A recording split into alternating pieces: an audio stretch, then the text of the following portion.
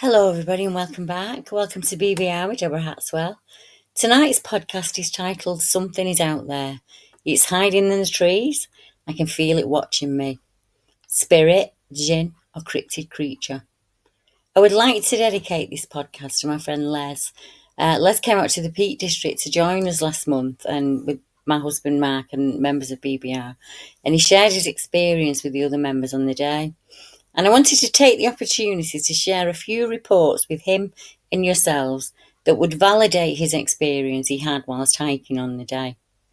I also wanted to answer another of the many frequently asked questions we get here at BBR. Why do you include paranormal and unexplained events in your creature reports, Deborah? So while I'm here with my cup of tea and I'm all settled and it's cold outside, hopefully I can clear up an answer to that question. As I said, I'm often asked by cryptozoologists worldwide why I do this, and surely you are muddying the waters by not sticking to strict parameters is something that's been said to me before by lots of people, just worded differently. It's a kind of accusation, in all honesty. Now, there are a number of reasons why I do this, and none of them are complicated, is my usual reply. If we presume the creatures that are seen are of flesh and blood, then we should be taking more than just sighting reports. We should be getting reports of audio responses to howls or whoops, howls and growls. We should be seeing physical evidence that something has been in an area and left a mark. People should be reporting loss of livestock or edibles, and we should be seeing the same reports close to all of the sighting areas. Now, a deer moving through a shrub should leave the odd snapped end on a sapling or bush, a footprint, some scat or a hair sample. We should hear the noises the deer makes as it moves through the bush or calls out into the woods. A woodpecker pecking or a squirrel tapping, natural noises that you know means that creature is there. Even as humans, no matter how stealthy we try to be, can leave signs of our route and our activity along the way. Imagine you're in an area and you hear the whooping of an ape or the howl of a wolf. But due to parameters, you are unable to report this, as you live in the wrong country or you were born in the wrong century. It does not mean you did not hear it. It simply means that until now, no one was prepared to hear you out and look at the options. If you knew that people had reported a wolf in your area, or you'd seen a paw print, that adds to the data collection, and it makes it more likely that the howl you heard was of canine origin. You have to build up the picture and all of the habits surrounding the creatures. Now, I feel it's the same for our creatures, and people not only see them, they hear them and they experience them, and they do report that. Now, many of these reports get lost to paranormal groups. Reports of running heavy footsteps and wood knocking and howls and screams, growls, dark running figures, tall shadows that flit between trees, devil dogs and shucks that vanish out of sight. Many ghosts are accused of throwing sticks and stones and even pine cones, with many of the paranormal groups pushed from areas. Even the Aligned Most Haunted team did 2 episodes where the wood knocks surrounded them from all sides, in 2 different woods on 2 separate and diverse occasions. As a person with an open mind, I can see how the knocking ghosts may well have been our cryptid creatures trying to move on in the woods or move the party out of the woods. Now, the examples discussed only work for flesh and blood freely, and we've not touched on any of the other possibilities of origin.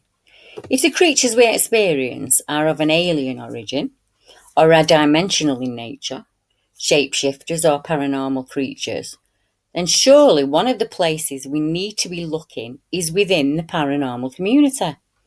One very prestigious paranormal investigator and a personal friend of mine is a gentleman named Peter Moore, and we often spend time together on meets chatting about the similarities between the 2 fields and the many overlapping reports that in hindsight could be either or. A cryptozoologist seeing a darting figure would maybe report the incident as possible Bigfoot activity. A paranormal researcher seeing the same figure would no doubt feel it was a jinn or a shadow person. If the creatures we are seeing are the Nephilim that are mentioned in the Bible, that could account for the lights we experience in the field. Many people report a feeling of peace or an epiphany of some kind. Many of our encounters also include a craft that's been sighted or happened in an area of high UFO activity. We also have to accept the many missing cases here in our woodlands and waterways. There very well could be a connection. There are so many theories and possibilities. I decided many years ago that I would rule out none until I understood them completely enough to rule them out. And after 37 years, I am not at that point yet. Let's have a look at some examples, and I will leave it to you to decide what happened in each of these events based on your own personal experiences. Now, the Screaming Woods of Pluckley. Many of the paranormal groups know of this place, and also the UFO groups. Now, a local legend says that the screams and howls which emerged from the woodland belonged to those who became lost and died lost amongst the trees. Known to the locals as Pluckley, the woods are marked on the map as Daring Woods. Reports of strange darting figures, growls and howls are also reported at Pluckley. Many people report ghosts or ghost lights or lights that move deeper through the trees, leaving them disorientated and completely turned around. Now, it would not surprise me in the least if someone listening tonight has experienced a time loss situation in that area because they usually run together.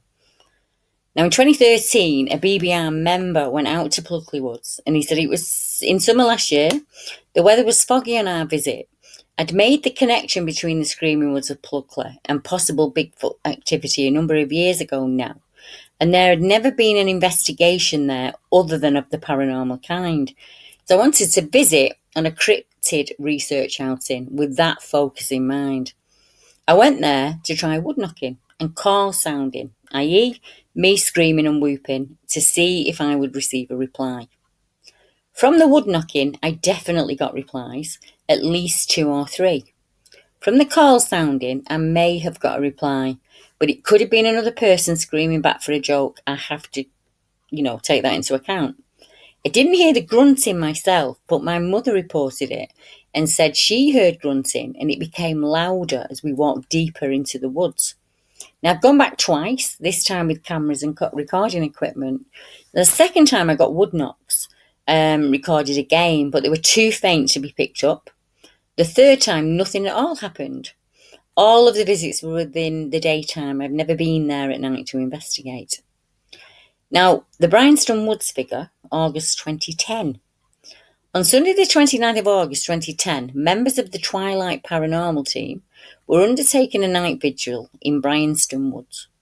They made this journal entry on their website, and it states, Loretta and I met up with Emma and Kieran to explore a future location for an investigation at Bryanston Woods in Blandford. Emma and Kieran had been telling me intriguing stories about the area for a very long time, so we thought that we would explore this area with them. We decided to put out our torches, and the darkness descended, and we felt like we were looking into an eternal void. It was very frightening. I called out, and Loretta said that she actually felt safer in the pitch black, that she didn't feel so scared. We did not receive a response from me calling out, so we walked on. Emma stopped and said that she thought she'd just seen something standing in the bushes.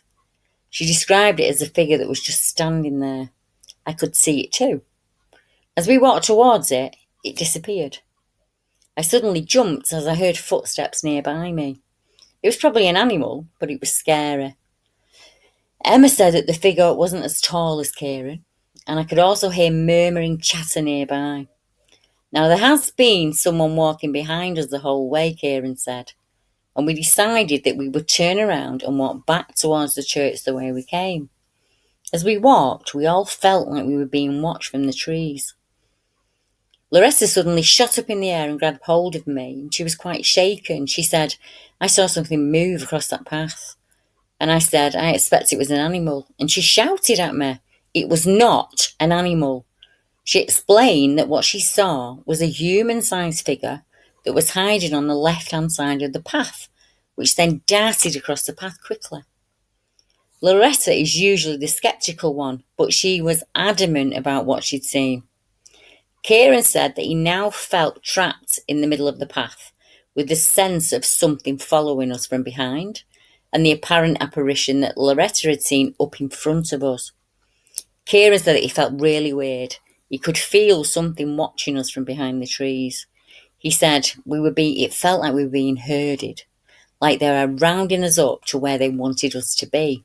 And as we walked, I quizzed Loretta about what she'd seen. I really felt like we were being closely observed from behind. Emma suddenly jumped, making us all jump, and she said that she'd heard something, which sounded like She said it may have been laughing, and we called out, but we got no response. Now, Daniel Hughes, one of the team members, added this report. We were walking along the path with Melody earlier in the evening, and Tracy was next to me. And in front of me were 3 people about 6 feet away. There was also another group of 4 about 20 feet away. I turned around and shone my torch onto the group behind us, as they seemed very quiet, and I wanted to check that they were still following us. I immediately noticed a dog about 2 feet away from the group. It looked like a black Labrador, walking as it had on a lead. I instantly turned around and said to my wife, well, that's destroyed the atmosphere with someone walking their dog at this time of night. I turned back around to show my wife, and there was no dog in sight.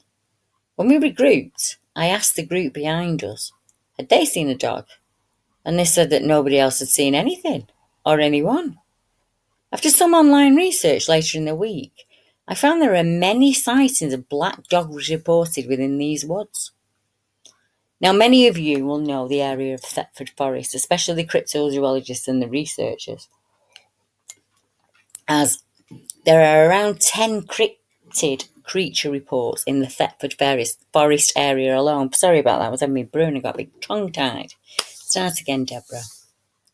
There are 10 cryptid creatures reports in the Thetford Forest. When many witnesses describe a hairy, upright walking creature that drops to all fours on occasion, described as bear-like, ape-like, baboon-like, and dog-like, with differing accounts of hands and paws. Now, there could very well be something about this area that is off, so to speak. Why are there so many accounts in just this one area of the UK? I think the rivers might have something to do with that, and we've spoken about that in earlier podcasts. Now, a witness contacted me on YouTube after seeing an earlier video I had made about the strange cluster of 10 accounts in the Thetford Forest area. And he reminded me of something similar that happened to him in the same area as the earlier accounts. And here is what the witness had to say. I live in the Thetford Forest area, very near to the other Thetford sightings, and I've seen some very strange things whilst out walking in the woods there. Once, a few years ago, I was out walking and I had the feeling that I was not alone and that I was being stalked. I felt that whatever it was keeping up with me and watching me from the bushes. It could see me, but I could not see it.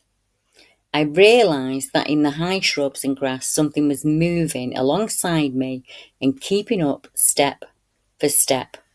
No matter how hard I looked, I could not see or make out whatever it was, as the bracken and the underbrush had grown so high that year due to the heavy rainfall in the spring, it was completely shrouded, whatever it was. It was around chest height, the grass was around chest height, and something quite large was moving through it, close by, without too much trouble, and keeping pace with me on the path. It kept stopping when I did, and then as I began walking, I would hear it again. It did the same exact thing I did, and I could hear it following me. Now, I know of many animals in the area, but I don't know what this could have been, as it didn't hide or move off like most animals would.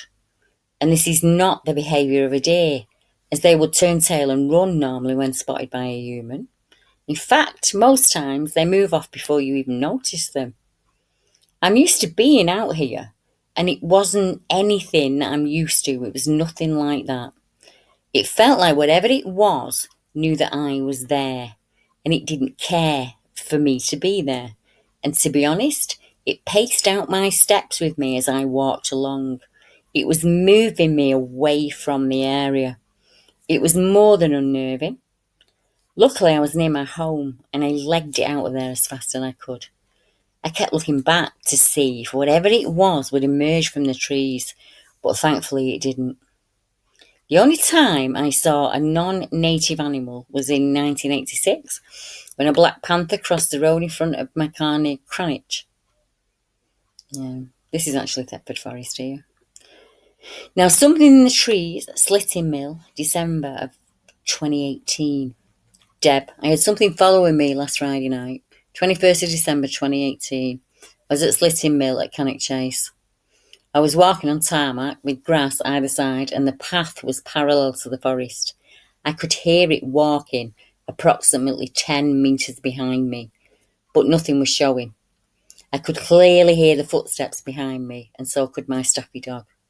It persisted for several minutes, and the footsteps were clear. They were so clear and loud that when I stopped, which was several times, it would walk another step or two, then stop. I didn't have the bad fear, just a weird feeling. Now, I've heard hundreds and hundreds of these accounts, obviously, as the words have gone on.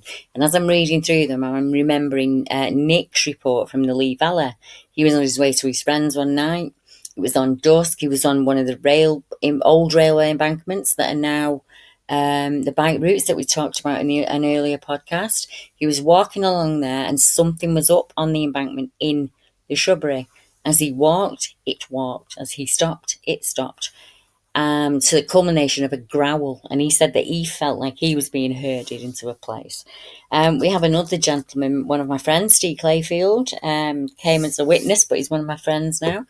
And he had a similar experience coming home one night when he had to get off the bus in quite a rural area and walk down the road through some bushes in a quite, let's say, overgrown area. It's a very similar thing. This feeling of dread that came over him. The feeling that you're being stalked or you're pushed on from an area, and this horrible growl or snarl, as people describe it. I've heard about it on golf courses, very close to urban areas. I have experienced it myself, and I, at the time, convinced myself it was the leaves moving, but I knew that it wasn't, and I was absolutely terrified. And it sounded like something was shadowing me from about 5 feet into the bushes. I couldn't see them, and I couldn't make them out. And there was a lot of broken tree stumps and it's an absolute mess in there. So how they were keeping up with me, I will never know. But it was absolutely, I'll be honest, my chest was incredibly tight and I was really, really frightened. And I just moved myself from the area. And another occasion when it happened to me, I had both my dogs with me at the time. And my older dog, that's absolutely scared of nothing, lay down on his belly and made a noise I've never heard him make before. It was incredibly low down growl, and I later learned from my husband, who works with dogs, that means that whatever he was growling at, he was scared of. Otherwise, he would have been making a massive racket and making himself as big as he could to clear it away. If it was a fox or another dog or a person or something like this, he said for him to have covered his belly meant that he was terribly frightened of whatever was out there that he could see and I couldn't. And I tried to step past him at one point and make him come on with the lead, and he kept putting himself between my legs and whatever was in those bushes, and I just suddenly realised that I should be listening to what my dog was doing and not being so stubborn, and just got myself out of there. Now, we have, as you know, lots of camping accounts, lots and lots of accounts where people have experienced this. And as I was saying before, it can be anywhere. You stick a pin in the map and you will find a wild camper that's had an experience, or someone on a golf course, or someone passing maybe on the train or something like that. And one of those areas is Loch Awe. Now, there has been a werewolf sighting there by a lady who described it as 7 feet tall with long flowing, almost reddish hair, like a red setter. And this account came in from a couple that were wild camping. They were actually hiking and looking for an area to wild camp, because it's easier to wild camp in Scotland, much easier than in the UK. And he said, I was camping on the southern end of Loch Awe a few years ago. Now, Loch Awe has a kind of strange legend or connotation that it's just a very creepy area and people don't tend to wild camp at Loch Awe. So, as I say, it wasn't by choice, he said, that we stayed there, but we'd been forced there by the wind, the rain, and the bad weather.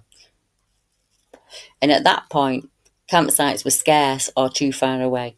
And to be honest, we were exhausted to the point where I was worried about my girlfriend. She was cold and she'd started slurring her speech, etc., and that's a bad sign. So I wanted to get her under cover and as warmed up as quickly as I could. After a lot of looking around, we settled for a small clearing in amongst some trees a few metres away from the shore. There was just enough room for a fire, a tarp, and the tent. I put up the tent, stuffed her in a sleeping bag, and went off to get firewood to make some hot food and tea. I had a strange feeling of vulnerability whilst I was collecting wood and cutting it. I kept stopping what I was doing and looking around me. I had a feeling that somebody was about to walk up to me. I was not scared, but I felt that something was about to happen.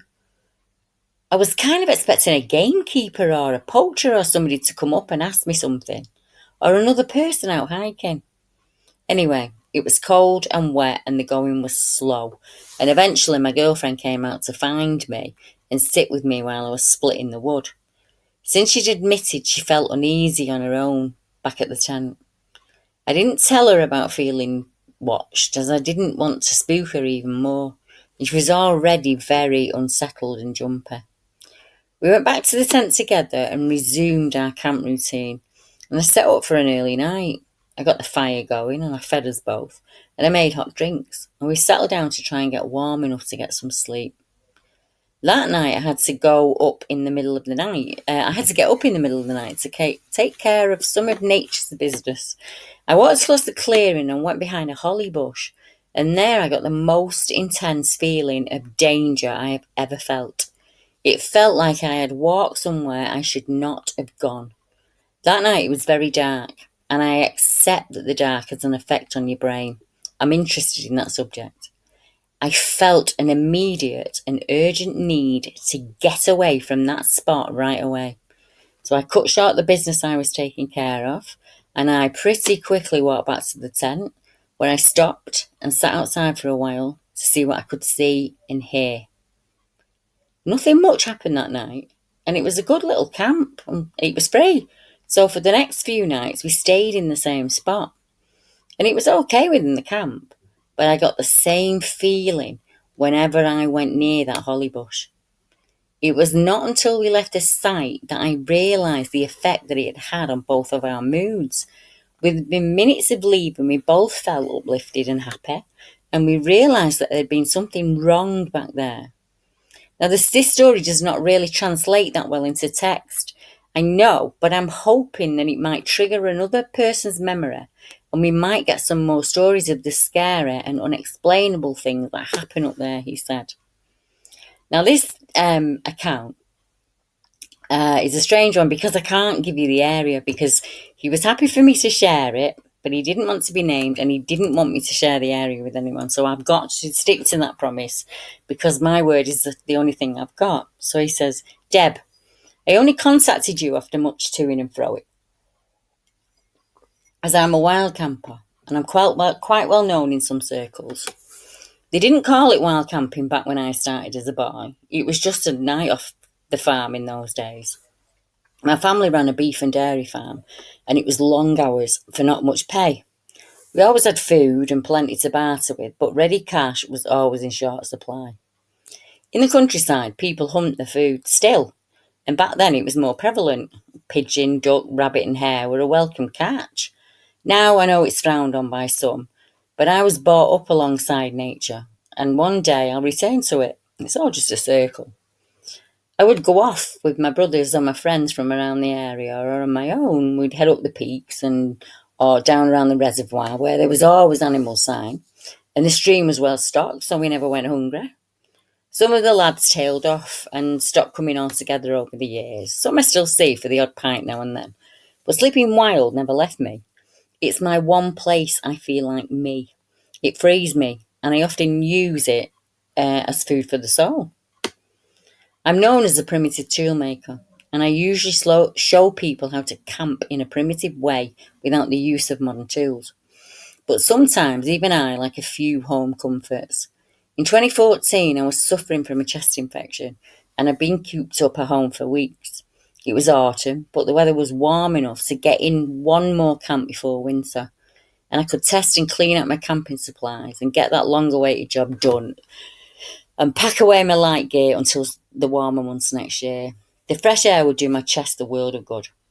So I set off for one of my more sedentary spots. It's set within an orchard, not too far from the farm, and was easy parking and access from the road. Now, the farmer's a decent guy, and we always has a wander over in a chinwag when I pop in. We went to school together, and as most families here will attest, we all know each other by one relative or another. I'm not going to tell you the area, and I don't want it spoiled in any way. And after what happened, I'm not too sure people should be heading that way either. The orchard was full of all different kind of apples, hazel and walnuts. I set up my gear, and with a cold this bad, I had a full kit, sleeping bag, tarp and tent.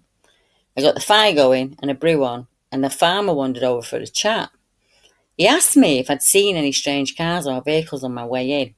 It was around 7 a.m, and I'd arrived about 6:15 a.m, and I told him no, I had not passed any people or vehicles on the way in. He went on to explain that for a few weeks now, a number of chickens, eggs, and feed had been taken, and he thought that it was some wandering tramp or one of the farm hands who were brought in by the picking teams who had felt the need to steal from him. If not, he would suggest a dog or a cat of some kind, but his barley and wheat bins had been raided, which would be very hard on your average dog or cat. And with so many protein sources available, ducks, geese, chickens, rabbits, why would they take feed? I told him I would be there for about 30 hours or so, as I had a job to do the following Wednesday. So I'd keep an eye out tonight, and as my tent was tucked under the trees and with the grass so high, they may not see me hidden away in there. I said if I heard anything, I would start blowing my whistle loudly and alert him. We agreed on a plan and left it at that. I had a bobbing rod with me, so the day was spent foraging and catching dinner and my evening meal, the odd snooze and a wander along the river. It was a good day and everything I needed. I had a small rocket stove with me and I made a cup of tea as dusk arrived. It wasn't too cold either, and I went to bed with a good sleepy head on me. All thoughts of this morning's agreement completely forgotten. I must have nodded off quick as I awoke with a start. I had no idea at the time or what time it was, but it was much darker outside, but the moon was out, so I could see shadows of the trees and bushes. I listened, trying to work out what had awoken me, but I heard nothing. I realised I needed to pee, and that maybe was what had woken me. So I unzipped tent and fly, and I nipped over to the nearest apple tree. I had my head torch on my head, and I'd switched it on without thinking, as I was worried about peeing on my boots. I looked down at my aim when this feeling hit me all at once. Utter dread. I felt like I was suddenly in the middle of a war and I could not see any of the enemy. I knew they were there watching and they could see my every move, but I could not see them. Hundreds of eyes watching me from within the trees. I looked up quickly and saw eyeshine, and this eyeshine dropped to the floor and vanished. I was back in that tent like lightning and was stuck between staying and packing up when I remembered the farmer and that I was supposed to be acting as night watchman, not quivering in my sleeping bag. I lay there and caught my breath, slowed my breathing right down, and I made the decision to listen. If I heard anything, I would blow the whistle loud, but nothing happened. I lay there for what felt like an eternity in silence. I slowly slid my hand into my kit bag and I got hold of the whistle just in case. As the minutes ticked by, I started to feel stupid. I'd heard the odd rustle of grass, but that could be an animal or a bird. Or it could be any animal or bird known to man. I didn't hear anything else for a long time, so I decided to try and sleep. As I was drifting back off, suddenly, when from nowhere that feeling was back. I was frozen and scared out of my wits. I felt a movement to the side of my hip, and to my horror, I felt something forcibly pushed under the tarp, under my tent, and under me. It felt like a huge arm, thick with muscle and hard, and I screamed like a banshee. The arm shot out from under me, and I kept screaming until the farmer nearly caused his own death by opening the tent. I screamed in his face like a man possessed. When he calmed me down and I explained what had happened, I don't think he believed me. I saw his quick glance at the miniature rum bottle beside me, but I had filled it with linctus for my chest, and now it looked suspiciously like sloe gin. He was a bit annoyed, to say the least, that I'd woken him and he had to come running in the hopes of solving his chicken thief mystery. I excused myself, lit all my torches and lights, and packed up as fast as I have ever packed up a tent. I was camping close to Scarfell once when the bad winds happened in 87, 88, and that was terrifying. But this was like nothing I could explain. How on earth can an arm that thick and full of muscle not only pick me up like I weighed nothing, but get right up to me without me hearing a thing? What happens at Wistman's Wood? Now, Wistman's Wood is on Dartmoor, and it's a very nice place. It's scenic and wild. And many years ago, I learned that Dartmoor was originally covered in miniature oaks, which led me to research the area itself and any folklore associated with it, says the gentleman. As an avid fan of the unknown, I started looking and researching and visiting as often as I could. On many camping trips there as a young one, I used to find strange structures made from rocks and wood. As an example, like the design of a mounding grave. I found lean-tos and also trees bent in the form of an X. I have also been and looked around the caves in and around Wistman's Wood, but I did not stay in them for very long, as it felt like I was being watched when I was in there. This is Wistman's Wood. Later in life, I started to think about these things that had happened when I was young, and I read reports on forums and web pages about wild men living on the moorland. Could this be Bigfoot? Many people think of me and others that research this subject and the people who have had encounters as raving mad. As a child and teenager, I have many dealings with strange goings-on and the paranormal on Dartmoor, things I cannot explain away easily. The being watched and the feeling of something being near. Dartmoor is a very wild place and could hold more than big cats that people see up here on the moor. You never know what or who is out there. And the woods is also said to be the kennels where the diabolical whist hounds are kept. These are a pack of fearful hellhounds who hunt across the moors at night in search of lost souls and unwary travellers. It is said that they are huge black dogs with blood-red eyes and huge yellow fangs and an insatiable hunger for human flesh. Strange ghostly howls and screams are also reported by visitors on the moor. And if you remember last month, we had a report from a gentleman who was in prison at Dartmoor, who spent his night watching the woods just to pass time, and he saw what he at first thought was a prisoner who'd gotten out until he realised that it was all hair covered in one colour. And he said, I can't remember if he said that he reached up into the tree and grabbed something and ate it, or it threw something. Yeah, he picked up a stick and threw it up in the tree, knocked something out, caught it, and ate it. And that's in the same area. And there are many, many reports of not only cryptid creatures, but lots of animal mutilations, strange lights, UFO, craft, paranormal accounts. Dartmoor is a place of many, many strange and unexplained things. And so is Scotland, the wild men of Dumfries. Now, Carol J's experience. Carol J is a staff nurse, and she related an experience to Charmin Fraser that happened one day when she was walking in the woods in Dumfriesshire a few years ago. She and her husband and brother were on a trip to Kipford Holiday Park near Dalbeater when they went out for a walk in the local forest. She stated that quite soon after entering the woods, she started to become unnerved and paranoid and felt a sense of danger. It was like one of those horror films where people get picked off by people living in the woods. I was imagining getting taken out one by one and kept thinking there could be people in here following us, waiting to get us. I could see them in my mind's eye.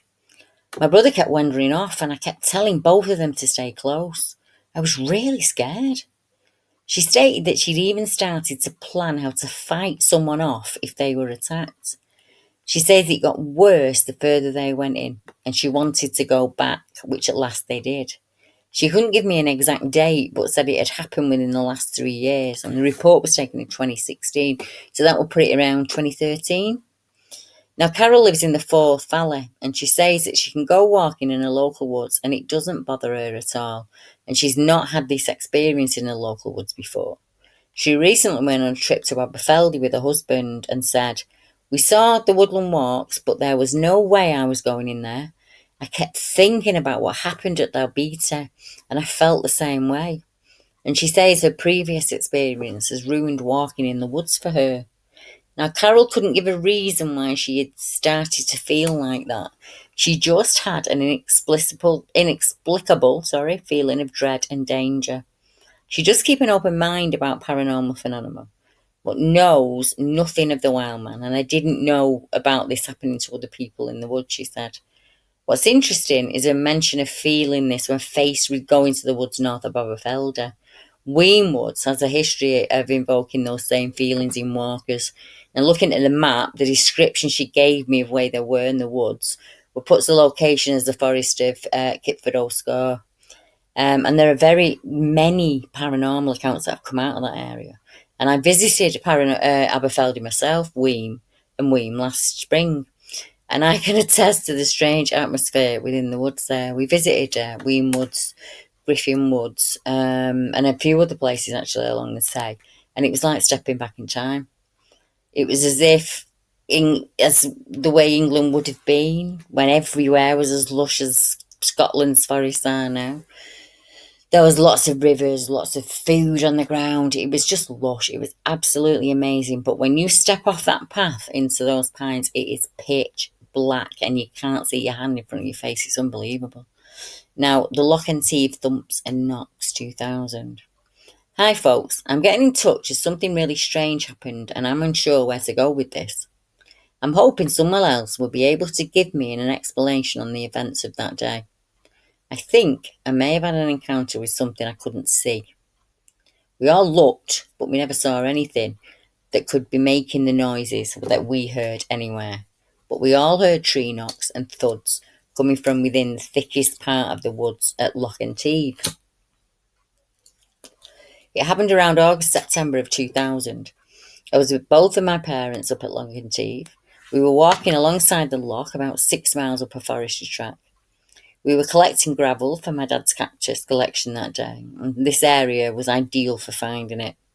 Anyway, we were there for about an hour or so, and every so often we'd hear knocks and loud thuds coming from the woods beside us. It did feel at times like we were being watched. I didn't think there was another person up there.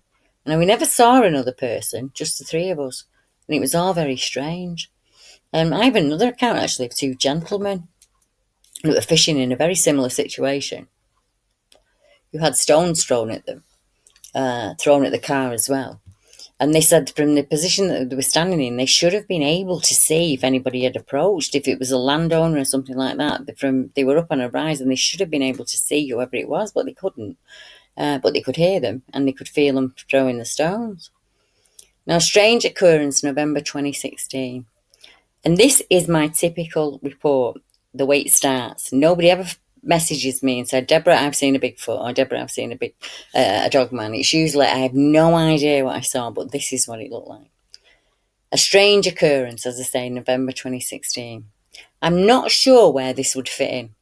I'm aware of similar experiences, but associated with so-called Bigfoot and Yeti activity, and also UFO sightings. And this also happens to be in an area of wilderness, but I'm just not sure. So I'll just tell you what happened on the day. I was off for a hike, just me and Mum and the dog, and about halfway into it, I entered a small clearing. I was ahead of Mum at this point, and as soon as I entered this clearing, something didn't feel right, and we were way out away from people at this point. Mum and dog got up, and my mum felt a similar feeling, and that dog refused to cross the bridge. We managed to get her over it, but she still refused to go up the track, which was more of a game trail, to be honest, than a walking track. Anyway, we reached a fence that led to a bit of much older woodland in a valley, and everything was totally silent. No birds, no wind, no deer, no mammals or insects. Total deafening silence. And a complete loss of where I was, even though I'd been over those woods many times for many years. At that point, a large twig snapped, and I snapped back into the moment, and we got out of there. We managed to find the proper track and then crossed over to another footpath into another set of woods. And as soon as we got into that side, everything was back to normal, like a switch had been turned on. I would like to know of any person who has a similar experience or any ideas as to what could have happened that day, as my curiosity has gotten the better of me. Now, up here, close to me, uphill, not too far away, is a place called Helmshire, and it's an absolutely beautiful place. It's one of the hill at the side of the hill towns, and you get tiny little mill towns in up in the hills here in Lancashire, and then there's lots of green belt, and then it takes you out into the moors and the woodlands and quite a bit of wilderness. It's absolutely fantastic. Now, there comes a time for all of us, unfortunately, when life seems to fight you and your luck turns bad, as I can say to my credit. And it can even sometimes make you homeless. And this account comes from a witness called Alan. And at the time of his experience, he had nowhere to stay. He had 2 dogs and a tent, and he made a home here for the time being in the hope of finding work and settling down some roots. And I'm sure he won't mind me telling you that he is an ex-serviceman, and when he finished his service in the Gulf, he came back here and there was nothing for him. No housing, no help, no nothing. So he ended up living in a tent and going around the local area and just asking people for work in exchange for food and things like that. It was heartbreaking, it really, really was. And as I said, he'd set his tent and his camp up as best he could. And he settled in. And for a few nights, everything was fine. He was just at the river and he didn't see anybody, and he figured he'd be okay there until the weather changed really bad, and then he'd have to come up with something else. It wasn't such a bad place to be after all, until all that changed. Although he never saw what bothered him night after night, and what made him feel watched day after day, what made the knocks on the trees and snap branches and launch them into his camp area, he was never brave enough to go and look outside the tent. For as he described it, it seemed to be walking in such a way as to make me aware it was there. It had loud thumping feet in the leaves, rustling that was louder than any small animal can make. Things moved when I was away from camp, and it was clear something had been through my things. Nothing was missing, and a few times I could feel eyes on me as I zipped up the tent for the night. But around 1 a.m, something would come to camp, approach from the southeast. Whatever was moving around was making walking noises, like it was on 2 feet, not walking or scurrying like an animal would. And although described with the similar bulkiness of a cow, this thing was much heavier and sounded much larger, but never came within eyesight. Whatever it was stayed within the trees, and his 2 dogs never made a sound when it was around, and they were Staffordshire Bull Terriers, same as mine. They were more than capable of seeing to themselves, but they did not want to leave the tent until Alan did each morning, which is quite unusual for dogs. After too many nights like this, over about a month or 2, he used the excuse of winter to head into Rossendale and look for shelter there. When he was interviewed by a family member of mine one Sunday morning, because Alan had tried to get in hold of me through the local newspaper, and he came looking for me, but sadly I couldn't travel out to him at that time due to my disability. So my late father went instead and took the account for me. And my father, who was no fool, said Alan came across as honest and puzzled and a little scared by the experience. He'd not heard of British Bigfoot or any cryptid until he was able to look online and search for similar accounts in the library. Alan said he was ex-army and not easily spooked, but that he just had something happen that he could not explain. If I thought it was a person, I would have just moved them on. But what I heard was no person. His closing reply was, "There's something huge moving around in the trees up there, and I'm just glad I didn't see it." My dad actually managed to get him a job on one of the market stalls. And the last I heard of Alan, he was doing incredibly well. And if you're out there, give me a comment in my YouTube below. I need to, let's have a chat. I'd love to talk to you. And it was ace that my dad was able to take the report, because it was one of the last things he did before he got ill, which was absolutely fantastic for me and something that we shared. Now, red eyes and a feeling of being lost. Many of you will have heard of the account in the papers of Lee Woods in Bristol, and it comes along with this photograph. And anyone listening in the podcast, it's the photograph of the supposed white ghost that you see in the thumbnail picture. And there was a couple of lassies that was camping in Lee Woods, and it's at the Bristol Bridge. It's quite thick and in a really strange area because it's right on the coast, so it's kind of ideal, if you get what I mean, for food sources and things like that. They tried camping over, but something had come into camp and was making weird noises and scaring them away, and they took that photograph. And the photograph is what they described as a ghost. What I'm interested in is the dark shape at the side of said ghost, but the report did not pick up on that. I aired the story on my YouTube, and another lady got in touch with me, and she said, I came across your story on the Lee Woods witness accounts, and I've also had some strange occurrences happening to me there, and I used to visit the woods a lot as a young girl, and when I was much older.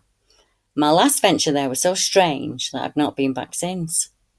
In my youth, we spent some nights in those woods, but there was always lots of us, 20 plus, with cars, and we'd park in a circle with lights on so the middle was lit. One night, when I walked towards my car to get something, I saw red glowing eyes, and they were watching us as they were about the height of the bumper of the car. Now, I've never told anyone about that before. About 10 years ago, I was out in Lee Woods on a place I know like the back of my hand, and yet I got lost. I was wandering around trying to get my bearings, and I came across this weird stick house. It was weaved together with branches and vines, and it was open to the elements, and you could see into it. I have no idea who or what made it, but the experience of being lost in a place you know well has stopped me going back. I haven't returned in the last 10 years. Dark in Deepdene, a creature unseen. I think I've spoken before about dog-like creatures that are seen around military bases, or military bases that are on our old ancient burial sites and mounds, and Dark in Deepdene is one of those places. It was used as an underground railway in World War II, if I'm correct, and the tunnels are still there, and people go down them and do paranormal nights, and you get geocachers use them, and people who explore abandoned places on YouTube. And it's in quite thick woodland, and it's quite close to Box Hill. Now, I know one of our members, one of our founding members, is Trevor Cornwall, and he's actually done a couple of night investigations there, and he's also visited the Box Hill area with Andy. And he will attest, it is quite a strange area. Now, I was contacted by a gent, and he said, I just saw your post about an ape or something in Dorking, which I have definitely encountered before, I think. I was visiting an abandoned tunnel in Dorking Deepdene, which I had been to before with two friends. All went fine on that visit, and we got some great pictures when I got back. I told my brother, who really wanted to visit it, so I eventually agreed to take him back there. It was late evening when we got back. One night, we'd found the tunnel again, and it was just before I was about to climb in. He tapped me and said, I can hear something. So obviously, I thought it was just other people, explorers doing the same thing as us. Nothing to worry about. So we moved out on the grass to wait for them to finish, so we could carry on exploring. I sat and listened, but I couldn't hear anything, so I suggested we just carried on. I hadn't really noticed the two dogs barking in the distance until they stopped, because all of a sudden, this loud roar, which I can't explain, happened, which shut the two dogs up straight away. And it was a silence that made me realise the background noise of the dogs. I never heard them bark again after that roar. The next minute, all of these branches started to snap, like something was coming rapidly through the trees towards us. It was moving the trees, breaking and snapping branches like they were twigs, and then it suddenly stopped. After a couple of minutes of silence, my brother whispered, What the hell was that? I slowly whispered back, I don't know, mate, just don't move, because whatever it is, it's big. We stood there for what felt like 10 minutes, not saying a word, just listening. I felt like it was watching us, but I didn't see anything. But you could feel it staring straight at you, but you couldn't see it anywhere. My brother then whispered, "Will, can we go?" And I whispered back slowly, "No. Whatever that is, I'm not having that chase me while we're walking, running off." So we stood there for another 10 minutes in complete silence, just waiting. We did hear some more noise, but nothing like the first time. More like something walking about on the dead leaves, and that could have been anything. So eventually we did leave, slowly. I have been to countless abandoned places and woods, and I've never once heard anything like it. All I could explain to people was maybe it was some kind of ape or a Bigfoot thing, because I don't know anything in the UK that big, that wild, that could break branches like they were nothing. I didn't speak about it much, as I can't explain what the noise was or what it could have been, except something big and not native to this country. Anyway, I went back there in the day a few days later to see if I could see anything, and we found in the woods a foot marking of a big footed creature thing which had walked through the woods, which is probably about 20 inches long and about 8 inches wide at the top, about 3 at the bottom. Now, my foot looked like a kid's shoe in this clear print, and still to this day, I don't really speak about it, as I thought no one would ever believe me until I saw your post earlier. I would love to find out what actually it was, as I've never heard or experienced anything like that before, and I still haven't to this day. How odd that somebody else had asked me about it, just as I'd seen your post yesterday, and I couldn't believe that somebody else had also seen or had the same sort of experience as me in Box Hill. Epping Forest animal attacks and howls. And this comes from a gentleman named Gary, and he says, "I wrote to BBR as I live very close to Epping Forest, and I know of horse attacks and missing animals in that area. And the neighbours have chatted about it, and you hear it every now and again from people who keep horses or use the forest itself. But the horses I'm talking about were and are still on a farm next to the forest. There's the stables they house the horses in, and they belong to various people. Now, the stable contacted the police as over a course of a couple of months, 3 or 4 of the horses were, as the police put it, slashed. Now, the area they're kept in is not the easiest to get to, and there are muddy fields on one side, and the other side butts up to the M25 motorway. One of the industrial units down the lane closest to the stables has CCTV, and it's gated. So how would people get into the stable yard unseen and unheard? What if an animal had tried to catch the horse and the wounds were claw marks? I believe they were around the claw marks were around the neck and flanks of the animals. I'm a very suspicious and security-minded person. I see when things are out of place, and I like to keep a note of what's happening. And I also watch for things or people out of character moving around the area. You could say, due to the animal attacks, I'm not leaving anything to chance. One night I heard a howl that I cannot explain. The night it happened, I was on the sofa just thinking and watching the moon through the patio doors. And I thought I heard a howl that sounded out of place, and I couldn't recognise the noise other than to say that it was a howl. Now, to anyone else, they wouldn't think anything of it, but I took note of this weird howl due to the horses being messed with in the forest there. It may have been a deer calling, or a fox, or an owl, or a dog. But those noises I'm used to, and this stood out as unusual. There was not any wind, and it was not a night that the local club was open. There were no people around. It was a distinct howl, one long howl, and I judged it to be within a mile of the house. I hunt and do bushcraft, so I'm often outdoors. And we had cats go missing from around here, and no dead carcasses have been found of yet. Now, a local reporter stated that Irene Data encountered a 4-foot hairy creature with large feet and animal-like eyes next to her home, and the creature ran off and jumped over the wall of the nearby Three Jolly Wheelers public house. The Henley Invisible Tree Snapper. it moved through that canopy unseen. Before I recount a second-hand story, I'll give you some background on myself. I'm new to this subject after being drawn in by videos on YouTube and on channels like Impossible Visits and Sasquatch Chronicles. Something of a personal interest to me are the stick and tree structures, as I'm a tree surgeon by profession, but not just because of my work. I've also spent many months camping and working in woodland areas when I was younger, so I would consider myself a good judge of what may not be natural. I'm used to weather damage in the woods and natural rot and disease. Anyway, a few days ago I came across British Bigfoot sighting reports, and there are so many reports of people having accounts with ape-like creatures and saying strange sticks and structure finds. It's caused me to reevaluate a story I was told by a very good friend for a number of years ago now. It takes place maybe 15 years ago when I was a groundsman apprentice to a tree surgeon. He's about 15 years my senior. I'll just call him G for now, as he doesn't know I'm contacting you. Something happened back then that had a profound effect upon him. In those days, we lived in different parts of Wales, and he was in the east and I was on the west coast. And we'd get together and travel down to Oxfordshire to subcontract for firms down there, as the money was always better. When we worked away, we always camped in either tents or caravans, whatever was the cheapest option to save money.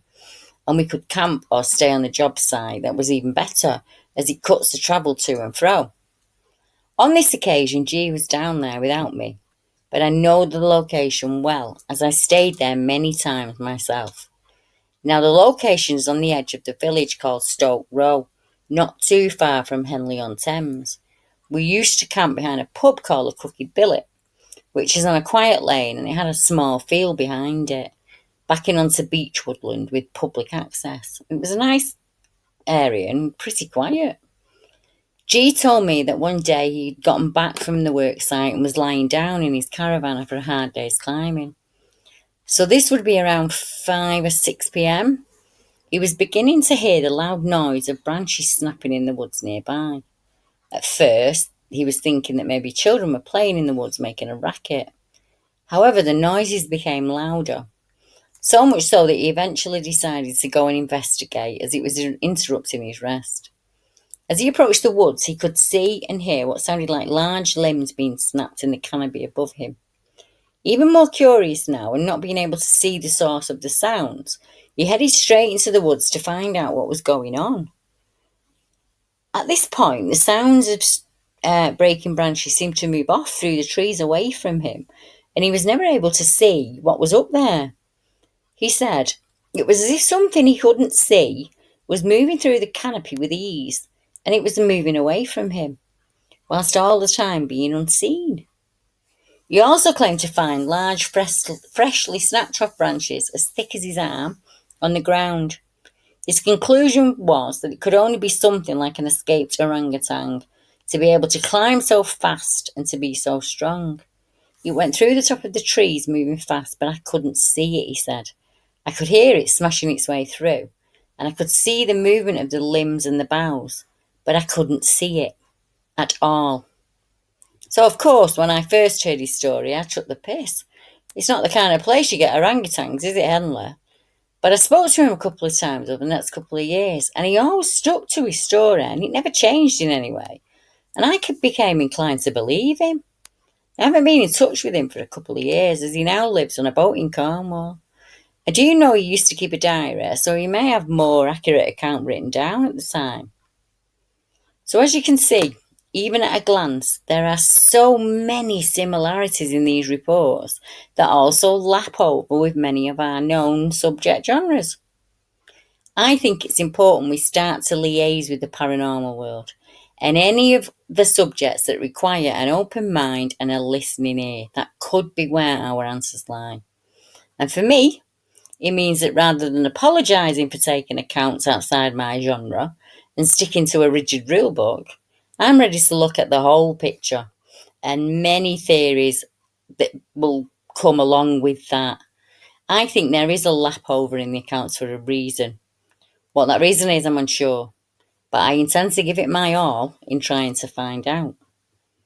I want to see all the facets of the crystal, all the corners of the cube.